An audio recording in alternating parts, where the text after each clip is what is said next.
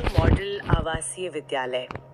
जब हम ये नाम सुनते हैं तो एक तस्वीर बनती है, घर से दूर छात्रों के लिए एक घर। बिल्कुल। पर सवाल ये है कि उस घर को असल में घर बनाता कौन है? क्या वो कोई मैनेजर है, कोई सिक्योरिटी गार्ड, या फिर एक अभिभावक? आज हम इसी सवाल की गहराई में उतरने वाले हैं। हमारे पास राष्ट्रीय आदिवासी छात्र शिक्षा समिति यानी नेस्ट्स का एक सर्कुलर है जो हॉस्टल वार्डन के कर्तव्यों और जिम्मेदारियों के बारे में बताता है। और मैं बता दूं कि ये सिर्फ नियमों की एक सूखी लिस्ट नहीं है। जब हम इसकी परतों को खोलेंगे तो देखेंगे कि ये दस्तावेज एक आदर्श वार्डन की तस्वीर बनाने की कोशिश करता है। एक ऐसा इंसान जो इन तीनों भूमिकाओं के बीच, मतलब मैनेजर, गार्ड और अभिभावक, इनके बीच लगातार एक संतुलन बनाता है। तो चलिए देखते हैं कि ये सर्कुलर इस जटिल भूमिका के बारे में क्या कहता है। बिल्कुल। चलिए सबसे बुनियादी चीजों से शुरू करते हैं। हॉस्टल का माहौल। दस्तावेज में सफाई और रखरखाव पर इतना ज्यादा जोर है कि पढ़कर मुझे थोड़ी हैरानी हुई। अच्छा। हाँ, इसमें लिखा है कि वॉशरूम, शौचालय, सीढ़ियां दिन में 2 बार साफ होंगी, नालियों की सफाई रोज होगी, कचरा दिन में 2 बार फेंका जाएगा। ये तो मतलब किसी 5 स्टार होटल के नियमों जैसा लगता है। एक स्कूल के हॉस्टल के लिए इतनी सख्ती क्यों? आपका सवाल बिल्कुल सही है, लेकिन इसे इस नजरिए से देखिए। जब सैकड़ों बच्चे एक ही छत के नीचे रह रहे हों तो साफ सफाई कोई लग्जरी नहीं है, वो पब्लिक हेल्थ की पहली जरूरत बन जाती है। सही बात है। एक भी छोटी सी लापरवाही, जैसे मान लीजिए नाली जाम हो गई या कचरे का ढेर लग गया, तो बीमारियों के फैलने का बहुत बड़ा कारण बन सकती है। तो ये नियम सख्त नहीं है, ये प्रोएक्टिव है। प्रोएक्टिव? हाँ, मतलब ये समस्या होने का इंतजार नहीं करते, ये समस्या को पैदा ही नहीं होने देते। मतलब ये स्वास्थ्य सुरक्षा का एक पहला घेरा है और इसी से जुड़ा है शारीरिक सुरक्षा का दूसरा घेरा। सर्कुलर कहता है कि वार्डन को रोज हॉस्टल का दौरा करना होगा, छात्रों की गतिविधियों पर कड़ी नजर रखनी होगी, खासकर छुट्टियों और रातों में। जी। और जब छात्र बाहर हों तो हॉस्टल बंद रहेगा, आने जाने वालों का पूरा रिकॉर्ड रखा जाएगा। मुझे ये सुनकर एक सवाल आता है कि क्या इतनी निगरानी से एक जेल जैसा माहौल नहीं बनता? देखिए, ये एक बहुत बड़ा द्वंद्व है और हर आवासीय स्कूल इससे जूझता है। स्वतंत्रता बनाम सुरक्षा। लेकिन हमें इन स्कूलों का संदर्भ समझना होगा। मतलब? यहाँ देश के दूर दराज के आदिवासी इलाकों से बच्चे आते हैं। उनके माता पिता एक बहुत बड़े भरोसे के साथ अपने बच्चों को स्कूल को सौंपते हैं। ये नियम उस भरोसे को बनाए रखने के लिए हैं। ये जो निरंतर निगरानी की प्रणाली है ना, ये किसी को कैद करने के लिए नहीं है, ये जवाबदेही तय करने के लिए है। अच्छा। इसका मकसद है कि स्कूल प्रशासन को हर पल पता हो कि हर बच्चा कहाँ है और सुरक्षित है। और शायद इसी वजह से दिनचर्या भी इतनी सख्त है। सुबह उठने का समय तय, रात को लाइट्स आउट का समय तय, और वार्डन को ये सब लागू करवाना होता है। बिल्कुल। संरचना और अनुशासन बच्चों को एक सुरक्षित ढांचा देते हैं, लेकिन दिलचस्प बात यह है कि ये जिम्मेदारी बटी हुई है। बटी हुई है कैसे? वार्डन ये सब सुनिश्चित करते हैं, पर लड़कियों को कहीं ले जाने के लिए मैट्रन है, सुरक्षा के लिए गार्ड्स हैं। मतलब वार्डन एक तरह से ऑर्केस्ट्रा कंडक्टर की तरह है, जो ये देखता है कि हर कोई अपनी भूमिका सही तरीके से और सही समय पर निभाए, ताकि हॉस्टल की लय बनी रहे। बिल्कुल सही। ये कंडक्टर वाली बात बहुत सही है। तो वार्डन सिर्फ एक सुपरवाइजर नहीं, बल्कि एक मैनेजर भी है। यहीं पर दस्तावेज में स्टूडेंट एंटाइटलमेंट्स की बात आती है। हाँ। यानी छात्रों को मिलने वाली हक की वस्तुएं। इसका क्या मतलब है? इसका मतलब है छात्रों को मिलने वाली सभी जरूरी चीजें, जैसे उनके रोजमर्रा के इस्तेमाल का सामान, बिस्तर, किताबें, कॉपियां, यूनिफॉर्म। वार्डन का काम ये सुनिश्चित करना है कि ये सब कुछ हर छात्र तक पहुंचे और इसका एक एक चीज का रिकॉर्ड रखा जाए। पहली नजर में तो एक लॉजिस्टिक और अकाउंटिंग का काम लगता है। सामान आया, बांट दिया, रजिस्टर में लिख लिया। हाँ, कागज पर ये लॉजिस्टिक ही लगता है, लेकिन इसके पीछे की सोच बहुत गहरी है। ये सिर्फ पारदर्शिता नहीं है, ये समानता सुनिश्चित करने का एक शक्तिशाली साधन है। समानता? वो कैसे? हमें यह समझना होगा कि कई छात्र ऐसे परिवारों से आते हैं जहां ये चीजें आसानी से उपलब्ध नहीं होती। यह सिस्टम सुनिश्चित करता है कि हर छात्र, चाहे उनकी आर्थिक पृष्ठभूमि कुछ भी हो, उनको सीखने और रहने के लिए समान अवसर और सम्मान मिले। जब हर बच्चे के पास एक जैसी यूनिफॉर्म, एक जैसा बिस्तर और एक जैसी स्टेशनरी होती है, तो आपसी भेदभाव की गुंजाइश खत्म हो जाती है। ये नियम कागज पर लॉजिस्टिक लगता है, पर असल में ये सामाजिक न्याय का एक छोटा सा कदम है। वाह, ये तो मैंने सोचा ही नहीं था। इसी तरह छात्रों की छुट्टी की जो प्रक्रिया है वो भी बहुत विस्तृत है। ऐसा नहीं है कि कोई भी छात्र बस बैग उठाकर घर जा सकता है। हाँ, और ये सुरक्षा के लिहाज से बहुत ज्यादा महत्वपूर्ण है। प्रक्रिया कई स्तरों पर काम करती है। जैसे? पहले हाउस मास्टर आवेदन की सिफारिश करते हैं, फिर प्रिंसिपल की मंजूरी मिलती है और उसके बाद ही वार्डन छात्र को एक प्रमाणिक एस्कॉर्ट के साथ जाने की अनुमति देते हैं। प्रमाणिक एस्कॉर्ट मतलब माता पिता या अभिभावक? हाँ, जिनका रिकॉर्ड पहले से स्कूल के पास होता है। ये प्रक्रिया मजबूत तो लगती है, लेकिन क्या ये बहुत ज्यादा नौकरशाही नहीं है? अगर किसी छात्र को आपात स्थिति में घर जाना हो तो क्या ये प्रक्रिया एक बाधा बन सकती है? ये एक जायज चिंता है, लेकिन आमतौर पर ऐसे सिस्टम में आपातकालीन स्थितियों के लिए प्रिंसिपल के पास विशेषाधिकार होते हैं। ये जो विस्तृत प्रक्रिया है, ये सामान्य परिस्थितियों के लिए एक डिफॉल्ट प्रोटोकॉल है, ताकि कोई भी बच्चा बिना आधिकारिक जानकारी के कैंपस से बाहर न जाए। अच्छा। और जो लॉगबुक मेंटेन की जाती है, जिसमें जाने का समय, कारण, साथ कौन गया, संपर्क नंबर, वापस आने का समय, सब कुछ दर्ज होता है। वो किसी अनहोनी की स्थिति में एक बहुत महत्वपूर्ण दस्तावेज बन जाता है। और छुट्टियों से लौटने पर सामान की जांच, ये भी इसी सुरक्षा तंत्र का हिस्सा हुआ फिर? जी, हाउस मास्टर के सहयोग से ये भी वार्डन की जिम्मेदारियों में से एक है। इसका उद्देश्य ये सुनिश्चित करना है कि छात्रावास के अंदर कोई भी अवांछनीय या खतरनाक वस्तु ना आए। ये एक निवारक उपाय है ताकि छात्रावास का माहौल सुरक्षित और पढ़ाई के लिए अनुकूल बना रहे। तो अभी तक हमने जो भी बात की है वो नियमों, प्रक्रियाओं और लॉजिस्टिक्स के बारे में है। एक तरह से हॉस्टल को एक मशीन की तरह चलाने की गाइड बुक। कह सकते हैं। लेकिन इस मशीन के अंदर तो बच्चे रहते हैं, इंसान रहते हैं। अब मैं इस दस्तावेज में स्नेही और विनम्र जैसे शब्दों का इस्तेमाल देख रही हूँ।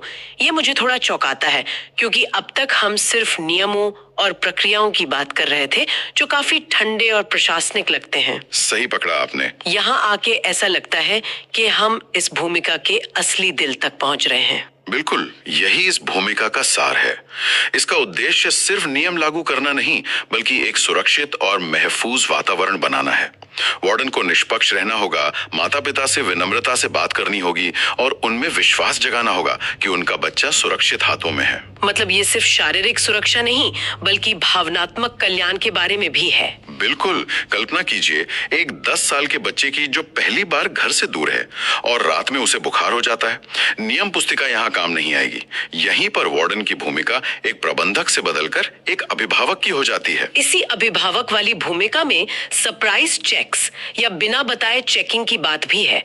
इसमें लिखा है कि अवांछनीय वस्तुएं जैसे अश्लील किताबें, मोबाइल फोन, इलेक्ट्रॉनिक गैजेट्स और अतिरिक्त नकदी के लिए जांच की जाएगी। हाँ, और ये किसी भी आवासीय विद्यालय के लिए सबसे बड़ी चुनौतियों में से एक है। लेकिन आज के डिजिटल युग में मोबाइल फोन और गैजेट्स पर पूरी तरह से पाबंदी लगाना कितना व्यावहारिक है? क्या ये छात्रों को दुनिया से अलग थलग नहीं करता? इस नियम के पीछे की सोच क्या है? क्या ये सिर्फ अनुशासन है या डिजिटल डिवाइड को मैनेज करने का एक तरीका भी? ये बहुत ही जरूरी सवाल है और इसके पीछे कई परतें हैं। पहला और सबसे सीधा कारण है ध्यान केंद्रित रखना। ये स्कूल एक मिशन के साथ काम कर रहे हैं और वो है अच्छी शिक्षा देना। उन्हें लगता है कि गैजेट्स ध्यान भटका सकते हैं। दूसरा, एक बंद माहौल में साइबर बुलिंग और अनुचित कंटेंट के खतरे बहुत वास्तविक होते हैं। लेकिन आपका जो दूसरा बिंदु था, डिजिटल डिवाइड, वो भी बहुत महत्वपूर्ण है। वो कैसे? अगर कुछ बच्चों के पास महंगे स्मार्टफोन हो और बाकियों के पास नहीं, तो इससे एक और तरह का भेदभाव पैदा हो सकता है। तो पूरी तरह पाबंदी लगाकर स्कूल सबको एक समान धरातल पर लाने की कोशिश करता है। हालांकि ये बहस हमेशा चलती रहेगी कि क्या पाबंदी लगाना सही है या फिर टेक्नोलॉजी का जिम्मेदाराना इस्तेमाल सिखाना। और अगर किसी छात्र को घर की याद आती है या वो किसी बात से परेशान है, तो ये छोटे बच्चों के साथ तो अक्सर होता होगा। ऐसी स्थिति में वार्डन ही पहला संपर्क बिंदु है। उन्हें ऐसे मुद्दों को तुरंत प्रिंसिपल या काउंसलर के ध्यान में लाने का निर्देश दिया गया है। दस्तावेज में साफ लिखा है कि वार्डन को काउंसलर के साथ मिलकर काम करना है ताकि छात्रों की भावनात्मक जरूरतों का ध्यान रखा जा सके। अच्छा, यहाँ तक कि रात में होने वाले हैप्पी आवर्स में भी उनकी भागीदारी होती है। हैप्पी आवर्स, ये क्या होता है? ये एक कह सकते हैं कि एक अनौपचारिक समय होता है, शायद सोने से पहले का 1 घंटा, जब वार्डन छात्रों के साथ बस बैठकर बातें करते हैं, उनके दिन के बारे में पूछते हैं, कोई खेल खेलते हैं या कहानियां सुनाते हैं। तो इसका मकसद नियम लागू करना नहीं है? बिल्कुल नहीं। इसका मकसद है एक रिश्ता बनाना, एक विश्वास का माहौल पैदा करना, ताकि अगर कोई बच्चा परेशान हो तो वो वार्डन को एक अधिकारी की तरह नहीं बल्कि एक बड़े भरोसेमंद दोस्त या अभिभावक की तरह देखे और अपनी बात कह सके। चलिए टीम वर्क पर बात करते हैं। सर्कुलर बहुत स्पष्ट रूप से कहता है कि एक वार्डन हाउस मास्टर नहीं हो सकता, लेकिन उन्हें मिलकर काम करना होगा। ये अंतर क्यों जरूरी है? ये एक बहुत महत्वपूर्ण अंतर है और व्यवस्था को सुचारू रूप से चलाने के लिए बहुत जरूरी है।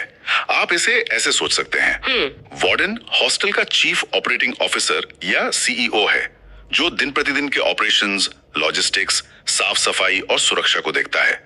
वहीं हाउस मास्टर उस हाउस का परिवार का मुखिया है, जो बच्चों के भावनात्मक, सामाजिक और अकादमिक विकास पर ध्यान केंद्रित करता है। अच्छा, तो एक घर को चलाने के लिए दोनों की भूमिकाएं जरूरी हैं, पर दोनों अलग हैं। जी, ये शक्तियों का एक तरह से पृथक्करण है, ताकि कोई एक व्यक्ति निरंकुश ना हो और हर पहलू पर ध्यान दिया जा सके। तो इसका मतलब ये है कि छात्र के बारे में जानकारी दो अलग अलग एंगल से आती है। वार्डन देखता है कि वो हॉस्टल में कैसा है, उसका व्यवहार कैसा है, और हाउस मास्टर देखता है कि वो क्लास में कैसा प्रदर्शन कर रहा है। बिल्कुल, दोनों मिलकर एक पूरी तस्वीर बनाते हैं। वे एक दूसरे के पूरक हैं, प्रतियोगी नहीं, और सिस्टम में एक सुरक्षा जाल भी है। वो क्या? अगर वार्डन किसी वजह से अनुपस्थित है, तो हाउस मास्टर उनके कर्तव्यों का पालन करेंगे। ये सुनिश्चित करता है कि व्यवस्था में कोई खालीपन ना आए। तो फिर वे कौन सी जिम्मेदारियां हैं जो वे साझा करते हैं? कई मुख्य क्षेत्र हैं। दोनों माता पिता के साथ बातचीत करते हैं, दोनों छात्रों के स्वास्थ्य संबंधी मुद्दों में शामिल होते हैं। अगर कोई बच्चा बीमार है तो ये सुनिश्चित करना कि उसे डॉक्टर के पास ले जाया जाए, उसे दवाइयां समय पर मिले, ये सब दोनों की साझा जिम्मेदारी है। और अनुशासन के मामलों में भी वे मिलके काम करते हैं। यहाँ तक कि वार्डन स्कूल की अनुशासनात्मक समिति का भी सदस्य होता है। हाँ, और ये बहुत महत्वपूर्ण है। इसका मतलब है कि जब किसी छात्र के अनुशासनहीन व्यवहार पर कोई बड़ा निर्णय लिया जाता है, तो वार्डन की राय को भी महत्व दिया जाता है, क्योंकि वो छात्र को 24 घंटे के माहौल में देखता है। सही बात है। वो उनके व्यवहार के उन पहलुओं को जानता है जो शायद क्लासरूम में नजर न आए। एक और दिलचस्प बात है, शिकायत बॉक्स, जिसे वार्डन की देखरेख में खोला जाता है। शिकायत बॉक्स?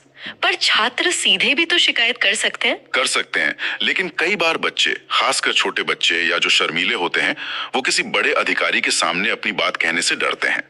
हो सकता है। उन्हें डर हो सकता है कि उनकी बात को गंभीरता से नहीं लिया जाएगा या उन्हें ही डांट पड़ेगी। शिकायत बॉक्स उन्हें अपनी बात गुमनाम रूप से या बिना किसी डर के कहने का एक सुरक्षित माध्यम देता है। ये छात्रों को सशक्त बनाने का एक तरीका है। तो इस पूरी चर्चा को अगर हम समेटें, तो इन स्कूलों में एक हॉस्टल वार्डन की भूमिका बहुत बड़ी और जटिल है।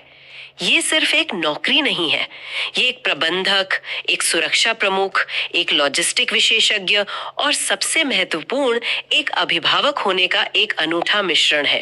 बिल्कुल, ये एक अत्यधिक संरक्षित और सहायक वातावरण की तस्वीर पेश करता है। लक्ष्य छात्र के आवासीय जीवन के हर पहलू का प्रबंधन करना है, ताकि वे अपनी पढ़ाई पर ध्यान केंद्रित कर सकें और उनके माता पिता भी निश्चिंत रहें। हाँ, नालियों की सफाई से लेकर रैगिंग रोकने तक, जिसका दस्तावेज में स्पष्ट उल्लेख है। हर नियम और हर प्रक्रिया का अंतिम लक्ष्य छात्र का कल्याण और उसकी सुरक्षा ही है। ये दस्तावेज क्या और कैसे करना है, ये बहुत विस्तार से बताता है। हर प्रक्रिया के लिए नियम है, हर स्थिति के लिए दिशा निर्देश है। ऐसा लगता है कि कुछ भी संयोग पर नहीं छोड़ा गया है। हाँ, ये बताता है, लेकिन ये हमारे लिए सोचने के लिए एक महत्वपूर्ण सवाल भी खड़ा करता है। इस दस्तावेज में एक आदर्श ढांचा तो है, एक बेहतरीन क्या करें की गाइड है, लेकिन इस भूमिका के लिए जरूरी उन अलिखित गुणों को कैसे मापा जा सकता है? जैसे सहानुभूति, धैर्य, एक बच्चे की अनकही परेशानी को समझने की क्षमता और वास्तव में घर से दूर एक घर बनाने का वो जज्बा। असली जादू तो कैसे करे में है, जो किसी दस्तावेज में नहीं लिखा जा सकता।